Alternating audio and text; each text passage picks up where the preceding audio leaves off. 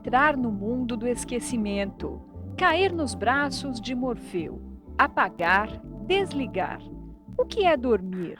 Por que dormimos? Para a ciência, dormir é uma troca de consciência. Parece complicado porque pensamos: se há uma troca, então temos duas consciências? Mas antes que os cientistas expliquem o que é dormir, vamos entender para que serve o sono e o que acontece enquanto dormimos.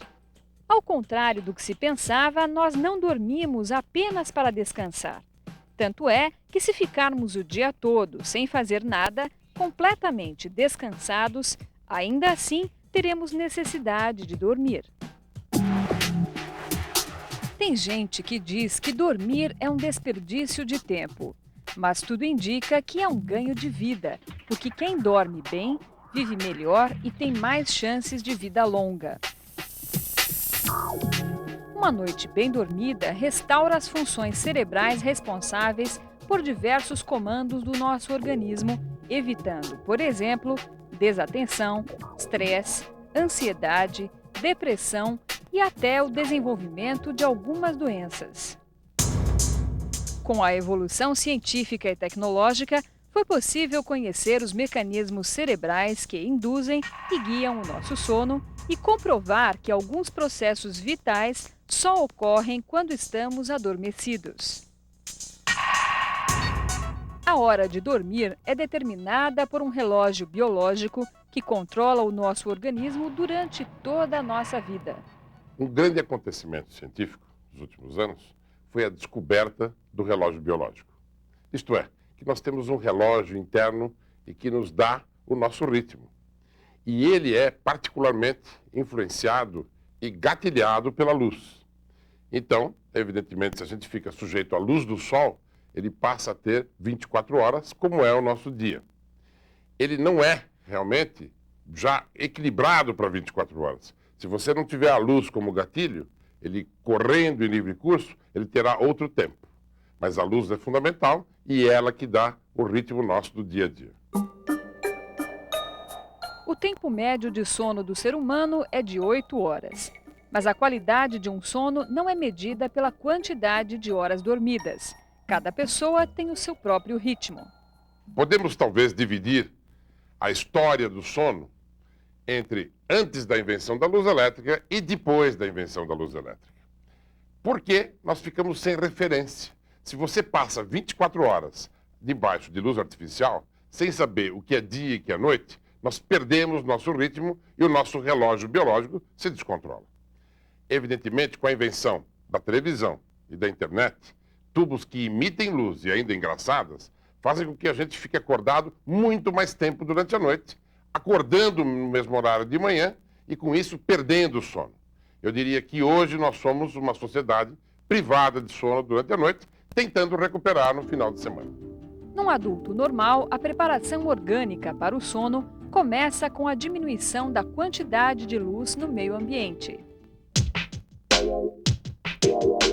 Ao cair do sol, o nosso relógio biológico, um aglomerado de neurônios localizados no hipotálamo, sobre o cruzamento das fibras nervosas originárias dos olhos, percebe a mudança da quantidade de luz e emite sinais para informar a outras regiões do cérebro envolvidas na regulação do sono que está chegando a hora de dormir. A glândula pineal recebe a informação e começa a produzir um hormônio indutor do sono, a melatonina, que só é sintetizada na ausência da luz. A temperatura corporal cai um pouco, o vigor físico diminui e surgem os primeiros sinais de cansaço. Os neurônios da área pré-óptica do hipotálamo, logo acima do núcleo supraquiasmático, aumentam gradativamente os disparos elétricos, liberando um neurotransmissor chamado GABA, para bloquear regiões do cérebro que trabalham para nos manter acordados. Pouco a pouco, são desativados os neurônios que produzem neurotransmissores relacionados aos nossos movimentos e reações. Esse preparativo, organizado pelo cérebro, é fundamental para uma boa noite de sono. Trabalhadores de turno representam de 15 a 20% da força de trabalho nos países industrializados. Esses trabalhadores expostos à luz à noite têm como consequência a inibição da melatonina, hormônio indutor do sono. As alterações decorrentes dessa inibição se refletem como problemas cardiovasculares, alteração da memória, alteração do pensamento, uma diminuição do desempenho com aumento do número de acidentes de trabalho, além de uma péssima qualidade do sono durante o dia. Estudos recentes também demonstram que essas pessoas elas teriam um risco maior de desenvolver alguns tipos de câncer. O sono sempre intrigou a humanidade. Antigamente, as discussões sobre o assunto eram baseadas apenas na observação de uma pessoa enquanto dormia. Em 1920, foi inventado o eletroencefalograma, ou EEG, instrumento que registra a atividade elétrica do cérebro através de eletrodos. Mas foi a polissonografia, aplicada desde 1968, que realmente revolucionou o estudo do sono. O exame registra num computador as ondas cerebrais captadas pelo EEG e importantes funções orgânicas, como a respiração, a pressão arterial e o movimento do corpo, captadas simultaneamente através de outros medidores. Um recurso tecnológico que possibilita medir a qualidade do sono e identificar os seus distúrbios. No início da década de 50, uma grande revolução no sono aconteceu. Os pesquisadores Azerinsky e Kleitman descobriram uma fase onde havia movimento rápido dos olhos. Isto fez com que se dividisse o sono em duas grandes fases.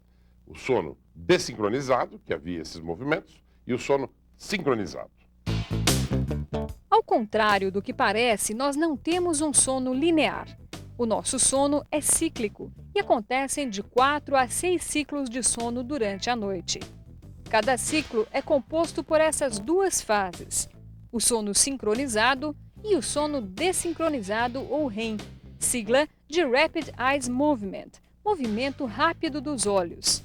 A primeira fase, o sono sincronizado, é dividida em estágios. Estágio 1, estágio 2 e os estágios 3 e 4, que são agrupados com o nome de sono delta.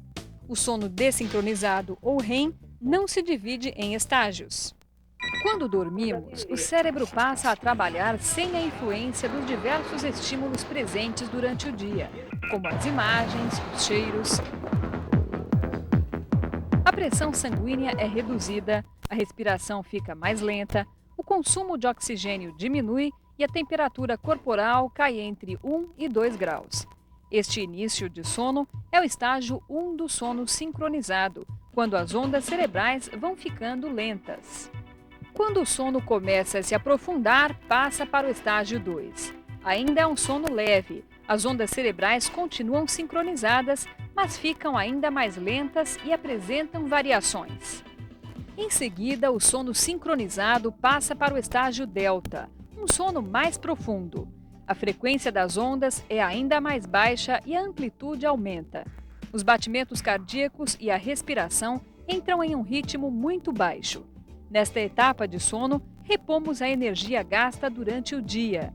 Há um resfriamento e uma restauração geral do organismo. Situações de estresse liberam cortisol na nossa corrente sanguínea.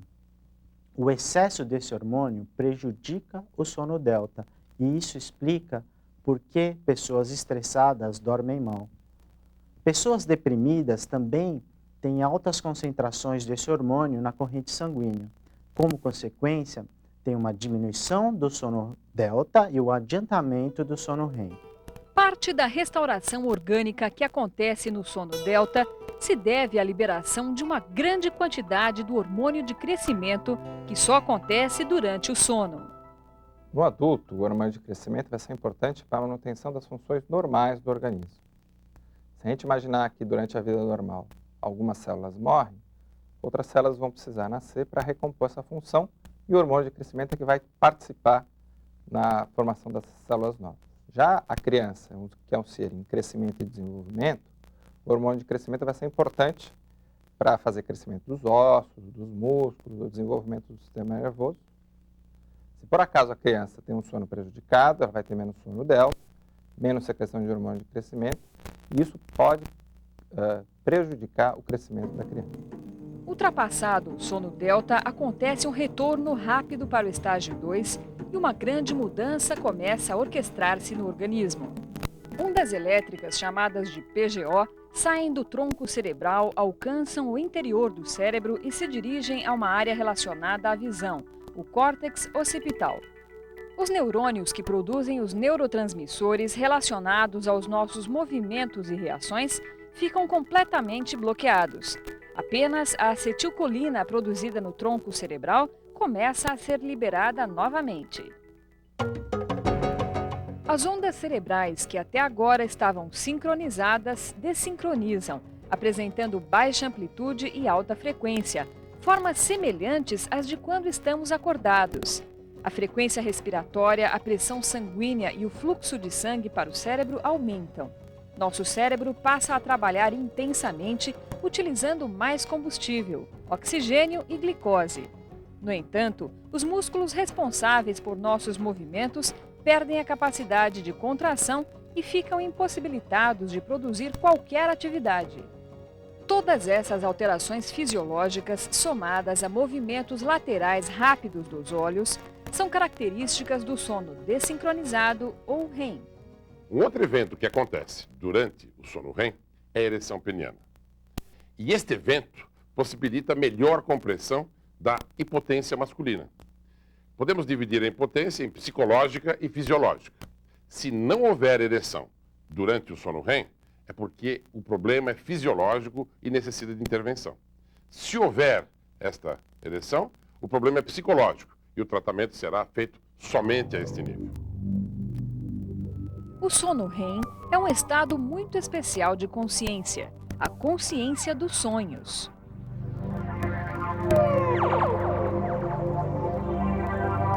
A intensa atividade elétrica e metabólica do cérebro, mais o movimento dos olhos, que acontece durante o sono REM, são evidências de que sonhamos durante essa fase do sono. Além disso, quando acordamos pessoas durante esta fase do sono, elas podem lembrar claramente o conteúdo do sonho. Existem evidências indicando que o relaxamento da musculatura que ocorre durante o sono REM seja fundamental para que naquele momento o indivíduo não manifeste a ação do sonho. Por exemplo, se você sonha que você está correndo num parque, é importante que nesse momento você tenha um relaxamento da musculatura, caso contrário, você sairia correndo pela casa. Os sonhos ainda são um grande mistério para a ciência. Aristóteles, em seus estudos, chegou à conclusão de que eles não são místicos nem míticos, que são fenômenos naturais e que têm estreita ligação com os acontecimentos diários. Uma contribuição que os cientistas de hoje ainda agradecem. Era comum pensar-se que durante um sonho as pessoas conversavam com os deuses, ou então que os sonhos tinham por objetivo comunicar-se com os mortos. Eram teorias desse tipo, todas infundadas, absolutamente infundadas, que constituíam o principal pensamento a respeito do significado dos sonhos.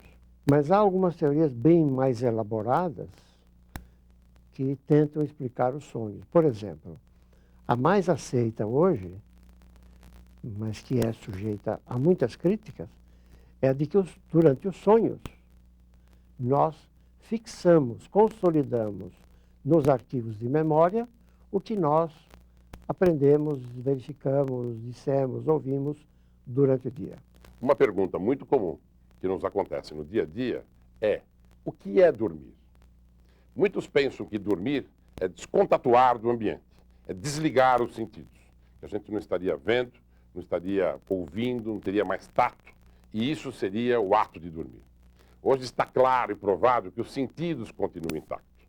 Tanto que quando a gente sonha, os estímulos de fora influenciam o sonho. Por exemplo, se você colocar água no indivíduo que está sonhando, esborrifar água, ele começa a sonhar com água. Durante a manhã em que a gente sonha, acorda, e não está muito feliz com o sonho, é possível retocar esse sonho, provocar um final mais feliz. Dessa maneira, fica clara, primeiro, que que o sonho é influenciável. Segunda, que há dois níveis de consciência, um do alerta e um do sonho, que se revezam todos os dias. Dessa maneira, a ciência pode mostrar hoje que dormir, provavelmente, é uma troca de consciências. Tudo que o sistema nervoso identifica pelo processo consciente gera um comportamento. Isto é, o organismo faz alguma coisa em função daquilo. Então, se eu sonhei com uma Ferrari vermelha deslocando-se da direita para a esquerda, o sonho, o comportamento que a gente chama de comportamento onírico, mais óbvio, é eu seguir com os olhos a Ferrari deslocar-se da direita para a esquerda. E é isso que causa os movimentos oculares. Na nossa espécie, a maioria dos sonhos tem componentes motores expressos como movimento dos olhos. Por quê? Porque nós somos uma espécie animal eminentemente visual. Do início do estágio 1 do sono sincronizado até o final do primeiro episódio de sono REM, é concluído um ciclo de sono. Cada ciclo de sono dura, em média, 1h30. Na primeira metade da noite, o sono sincronizado dura mais tempo. Na segunda metade, os episódios de sono REM vão ficando cada vez mais longos, ocupando praticamente todo o último ciclo do sono antes do nosso despertar. As necessidades de sono variam de acordo com o decorrer da vida. O recém-nascido dorme 16 horas, o adulto 8 horas, o idoso 6 a 7 horas por dia. Qualitativamente, o sono também é diferente. Tem mais sono REM nas crianças. E o sono REM acaba sendo importante para a consolidação e o aprendizado de todas aquelas novas informações vividas durante o dia, que são mais frequentes nas crianças e adolescentes. Já o idoso não tem tantas experiências e ele também tem uma certa degeneração das funções normais do organismo, principalmente do sistema nervoso. Com isso, vai fazer com que ele tenha um sono mais fragmentado. A qualidade do nosso sono não depende do tempo de sono que a gente tem. Você pode dormir 12 horas em fase 1 e 2, que é uma fase superficial, e acordar cansado e arrebentado. Em compensação, se você dormir 5 horas com grande concentração de delta e REM, que são as fases reparadoras, você acorda bem insatisfeito. Então é muito importante que se tenha todas as fases. Por exemplo, o álcool bloqueia a fase REM por completo. Então a pessoa que dorme alcoolizada, dorme sem essa fase, acorda mal e desestruturado para o dia seguinte. Estudos dos ritmos biológicos mostram que a população humana pode ser dividida em 3 grupos. Os indivíduos que dormem cedo e acordam cedo, aptos a desempenhar qualquer atividade, são matutinos, de 10 a 12% da população. Os que deitam tarde e acordam tarde, 8 a 10%, são os vespertinos. Dão preferência a executar suas atividades à tarde ou à noite. O restante é indiferente. Não tem horários determinados para dormir ou acordar. Reduzir o tempo dedicado ao sono é como não carregar direito a bateria do celular. O tempo de vida útil diminui. Uma pesquisa na Universidade de Chicago com jovens que dormiam em média 8 horas e foram privados de sono 4 horas por noite durante 6 dias mostrou que o metabolismo desses jovens se assemelhava ao metabolismo de pessoas idosas. Alguém que fica sem dormir perde a capacidade, um pouco da capacidade de regeneração do organismo, fica cansada, perde a memória, fica desatenta. Além disso, a perda de sono crônica pode levar a problemas cardíacos ou potencializar problemas já existentes. A falta de sono também interfere no sistema imunológico. Na relação sono e sistema imunológico, nós podemos destacar 2 fatores. O primeiro deles é que diante de uma infecção, como por exemplo uma gripe, o indivíduo passa mais tempo dormindo, indicando então o sono como um fator de proteção ao organismo. Então, o segundo ponto é que na ausência do sono, diante de uma privação de sono, o indivíduo ele fica mais suscetível a uma doença. Esse dado pode ser também observado em animais, em que diante de longos períodos de privação de sono, esse animal pode morrer e uma das causas atribuídas a isso é uma infecção generalizada, indicando então que há o envolvimento do sono e do sistema imunológico. Quando você perde uma noite de sono, não se preocupe, Na noite seguinte, você consegue recuperar totalmente a noite anterior, por um processo que se chama rebote. O sono REM, por exemplo, você tem 90 minutos numa noite normal. Se você não dorme, na noite seguinte, você terá 120, 140 minutos, recuperando o que você perdeu e repondo daquela noite mesmo. Dessa maneira, não durma tarde, não rompa ritmo. Espere a noite seguinte, porque você recuperará completamente o seu sono. Os primeiros sinais de luz informam ao cérebro que é hora de acordar. Todo o processo é revertido. A temperatura corporal começa a se elevar, a liberação da melatonina é bloqueada, são reativados os neurônios produtores dos neurotransmissores relacionados aos nossos movimentos e reações. Acontece também uma liberação do hormônio cortisol na corrente sanguínea, que estimula a produção de energia necessária para que possamos iniciar nosso dia. A ciência do sono é uma ciência ainda nova. As primeiras grandes descobertas aconteceram há 50 anos. Mas, apesar disso, o conhecimento acumulado até hoje nos permite intervir nos mecanismos de regulação do sono e nos permite ajudar pessoas que têm problemas de sono, como insônia, hipersonolência e outros distúrbios de sono. Tudo o que foi descoberto até agora deixa evidente que ficar sem dormir é tão ruim para o organismo como ficar sem comer ou beber água. Pequenas privações de sono podem resultar em grandes prejuízos se não forem recuperadas com horas de sono a mais. Se o sono evolui tranquilamente, se o organismo passa por todos os ciclos do sono necessários para uma perfeita restauração e se as informações recebidas no dia anterior são armazenadas de forma adequada no cérebro durante o sono REM, nós estamos prontos para acordar e enfrentar um novo dia com muita disposição.